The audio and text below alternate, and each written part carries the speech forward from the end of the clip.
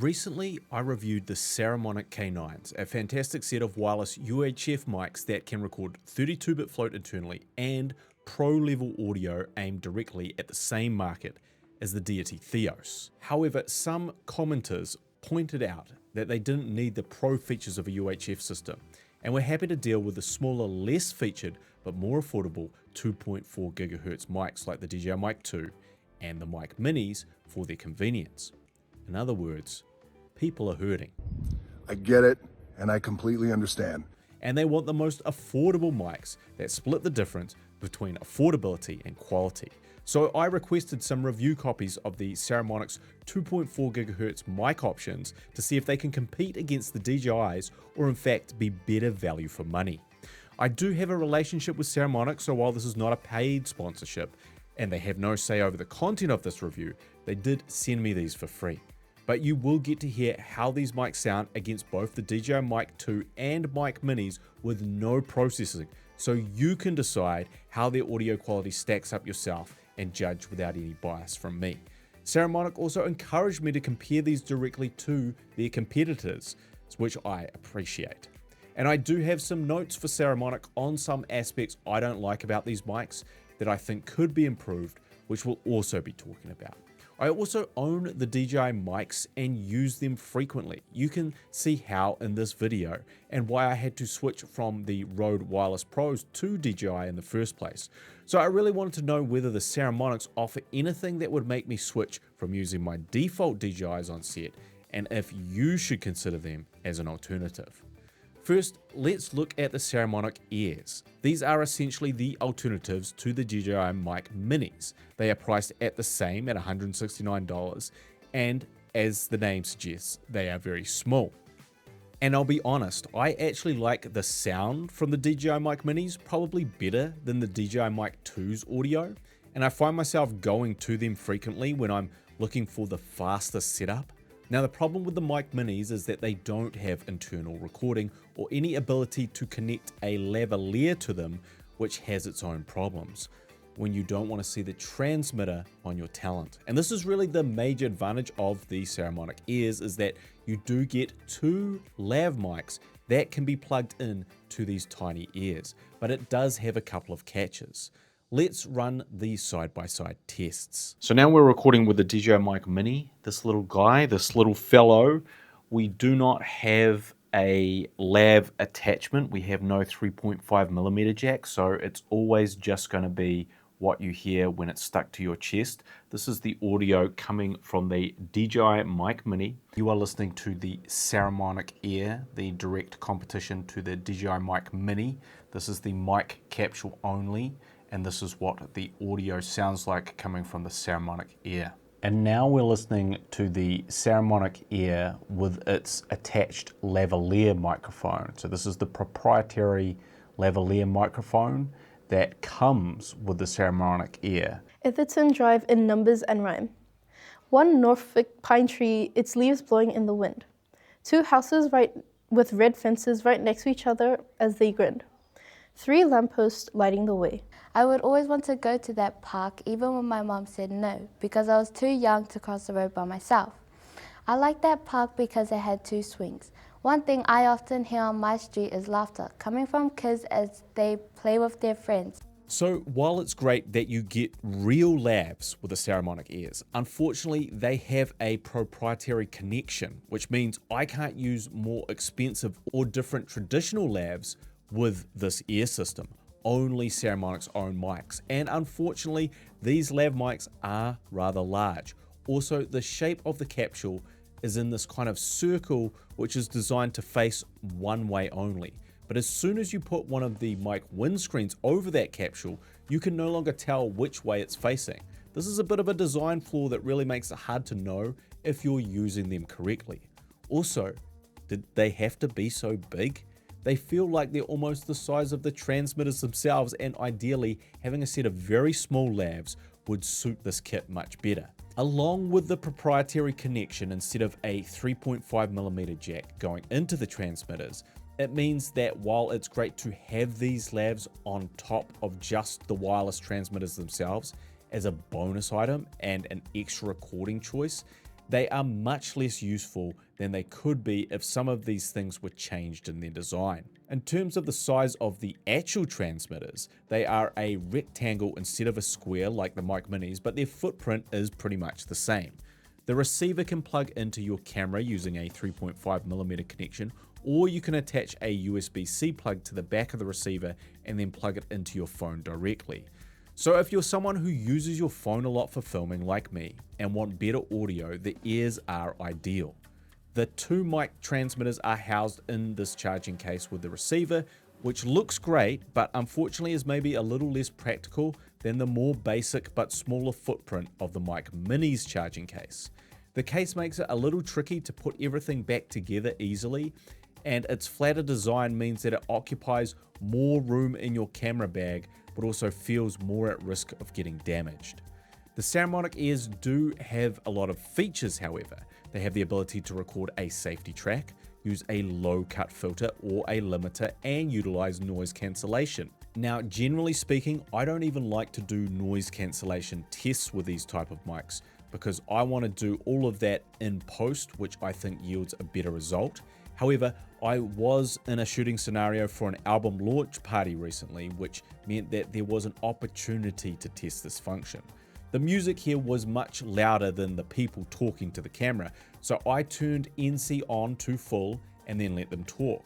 Now, in this environment, I really couldn't hear anything they were saying. I could only hear the music, and when playing this back here, I was actually pretty impressed with the results. It's not something that you would do all the time, but yes, it is very useful. We just kept jamming, and then we kept meeting up like once a week, and then we started nicknaming ourselves the band. Yeah, the people that got invites are the people that get this. So we've got a hand-dyed with tea tote bag with a hand-done stenciled Lilith, which is the name of the album. We've been blessed to have this space. We got some Apple-themed stuff, and we played our album for all the people that were really integral in making this. You can control the Saramonic Air's settings through the buttons on the front of the receiver. Although it is quite tricky given its size to navigate and understand how to get through the menus using only 3 buttons, one of which is the power that also turns it on and off. We are definitely missing a dial or something here. A more straightforward way to control the receivers and mics is using the app and then plugging the receiver into your phone and using the app to control functions that way. The only downside to app control is that you need to plug your receiver directly into your phone to control the receiver and transmitters. You can't connect wirelessly via Bluetooth, which is an extra step when setting up for your initial recording. You can also monitor your audio in real time by plugging headphones directly into the receiver. It should be noted that Saramonic does also have a hot shoe attachment that connects directly to your Sony's hot shoe for completely wireless connection to the camera. This is a great option, but I would love to see a version of this adapter made for both Canon and Nikon hot shoes as well. The battery life on the receiver is 6.5 hours with the screen on and 9.5 with the screen off.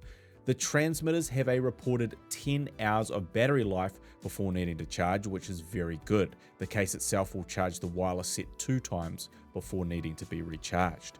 Overall, the Mic Minis are sort of neck and neck with the Saramonic Airs, but what the Saramonic does offer is more features and those lavs. However, that wouldn't be enough for me to switch. But the Saramonic Air has one feature which I think does definitely make it a better choice if you're someone who wants to use these with their phone, because the receiver has pass-through charging. What I have here is the Saramonic Air plugged into the bottom of my iPhone 17 Pro, but then I also have this cable running down to this MPF battery, and that battery is sending its charge through the Saramonic Air into the iPhone 17 Pro, so I'm never having to worry about running out of battery if I was using my phone for a long form interview or podcasts, all sort of things that I think is completely normal and natural now to use our phones for.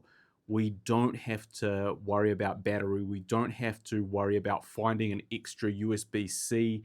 We can just record directly into our phone and then use this method to charge the phone while getting the high quality audio from the Saramonic Air. And as far as I'm aware, there's no other one of these mini mics that provide this option. So I think for phone users, people that really use these mainly with their phone, this makes the Saramonic Air kind of a no-brainer.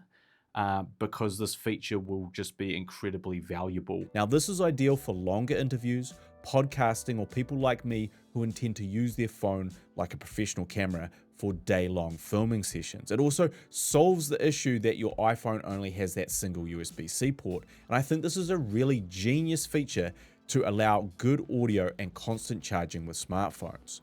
My only real negatives with the Saramonic Air is that case, the lavs and their design and size, and also this little light on the front of the transmitters. As far as I understand, there is no way to turn this light off, and while I get that it's good to know that the mic is on and working, this little eye of Sauron is just a little too distracting and noticeable when you have the transmitter only clipped onto a subject. This does feel very 2001. And it would be fantastic to see a setting on the app that could turn this light off to keep the transmitter themselves a little more discreet when clipped onto talent. But because I do a lot of shooting with my phone, if I was starting over looking for a set of super small mics, I'd probably go with the Saramonics. That being said, the DJI Mic Minis do sound fantastic. Now let's move on to the Saramonic Ultras. These are the more fully featured receiver transmitter kit and are the direct competitor to the DJI Mic 2s. They're maybe a little smaller than the Mic 2s, but also offer that same 32-bit float internal recording on their transmitters, which is one of the best ways to protect your audio when recording wireless sound. Similar to the Saramonic Airs, they offer a few more features and a few more accessories than the DJI mic versions for the same price of $269 when nothing's on special. So first, these do come with their own lavalier mics, which the DJI mics don't.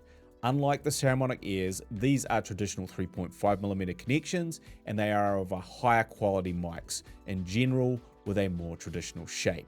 I've been using these now on multiple shoots and think they're a pretty solid option. I know that it's popular amongst influencers to just use the receivers only, but that's also lazy. It very rarely looks better than having a regular lav mic clipped to your talent's clothes, and so I do appreciate that we can use this option whenever we need with the Ultras. You can of course just use the transmitter only, and this also works very well, but let's listen to a few comparisons to the DJI Mic 2 here in the studio. And this is what the audio sounds like from the DJI Mic 2 with a proper lav attached, going into the Panasonic S1 II. We are recording with the DJI Mic 2. It is running into the Sanken COS 11D Lav. We cannot clip this on properly because it has no locking mechanism, but we're just going to hope that it's okay. And this is what the audio sounds like from the DJI Mic 2 with a proper lav attached, going into the Panasonic S1 II. I just adjusted the gain slightly upwards, but this is what the audio sounds like with the Saramonic Ultra and the lavalier that it comes with, and it is running directly into the Panasonic S1 II, and this is what the Saramonic Ultra sounds like. Now we are recording on the DJI Mic 2, but yes, we had to go full YouTube. That's right, no lav mic, just the DJI Mic 2 sitting on my chest, hopefully about the right distance away. We've had to make a slight adjustment to the audio, but this is what the audio sounds like, no lav mic. This is with the capsule only, and you are listening to the Saramonic Ultra going into the Panasonic S1 II, and this is what the audio sounds like. Now, these mics have in fact become my default mics to use on set, and the main reason being those lavs that they come with. But the Ultra also does offer inbuilt timecode. I shoot with two cameras quite frequently, and so the timecode option here is pretty useful for me. Now, the DJI Mic 3s do also have timecode, but they're the same size as the Mic Minis, and therefore they don't have that 3.5mm connection option like the Saramonics do. So I don't feel like they're a great all-in-one solution like these can be. Let's listen to a few examples out in the field with the Ultras. Yeah, it was good to sit around and share some korero today. That was really healing, it was really peaceful. I've been talking about sharing interculturality practices like for 10 years since I started my PhD in almost 10 years, 2016. I noticed the subtle shifts in their engagement, their behaviours, their communications and their mahi. Of course, you can control all the settings through the receiver itself or Saramonic's app plugged into your phone, and yes, these will work with your phone as well as your camera. They're just not as small as the Saramonic Airs. One of the downsides to the Ultras is that while they do have the 3.5mm jack for attaching lavs, it is not a locking connector. This is the same on the DJI Mic 2s, but the Rode Wireless Pros do have that locking feature, and it would be nice to see in future versions. As well as timecode sync, the Ultras also have this little booster antenna to increase your signal range. You don't have to connect it, but it's great that they have provided this. I don't really do range tests, but it's recommended for extending the range up to 300 meters. This Ultra setup is also semi-waterproof with an IPX5 water resistance rating, making the Ultras one of the only 2.4 GHz wireless mics you could plug in to your weather sealed camera and run in rainy conditions without risking ruining the entire kit. The Ultras also have something called 130 dB SPL anti-distortion. What this means is that the transmitters can capture very loud noises without distortion. So while 32-bit float recording is great, you can still ruin your audio if you are too loud for your mic's capsule itself. This feature means your mic capsule is capable of handling louder noises without ruining your audio. I'm not out here trying to test this particular feature, but it's good to know the Ultras are trying to mitigate audio loss in this way. And the surprising, kinda weird, but kinda really good feature the Ultra has is that you can do dual recording with the transmitter plugged into your phone and your camera simultaneously. iPhone 17 Pro, we're recording with a Saramonic Ultra through the USB-C. Saramonic Ultra running into the S1H via 3.5mm jack at the exact same time. So we've got the iPhone 17 Pro, we've got the Panasonic S1H. We're getting that same clean audio from the mic going into both at the same time. I think that is very unique, and I think that is a very cool feature, and one reason you might pick this over a DJI Mic Mini or a DJI Mic 2. Now, I had no idea that this was a thing, but I did immediately see how this could be a useful application for those of us trying to capture reels and film with our camera in the traditional way and vertically filming with our phone at the same time. The truth is, on-set clients do ask for you to film on your iPhone. They do want social media clips that they think will play better in the iPhone style and format. So you could be recording on both, running the audio from the Saramonic Ultras into both and avoid having to do any additional syncing of your audio in post. Now that's pretty handy.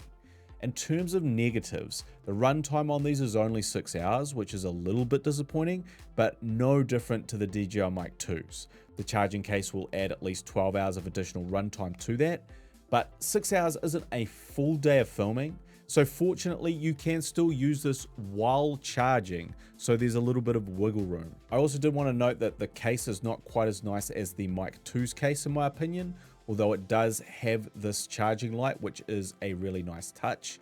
The other issue with these Saramonics is the light up buttons on the transmitters.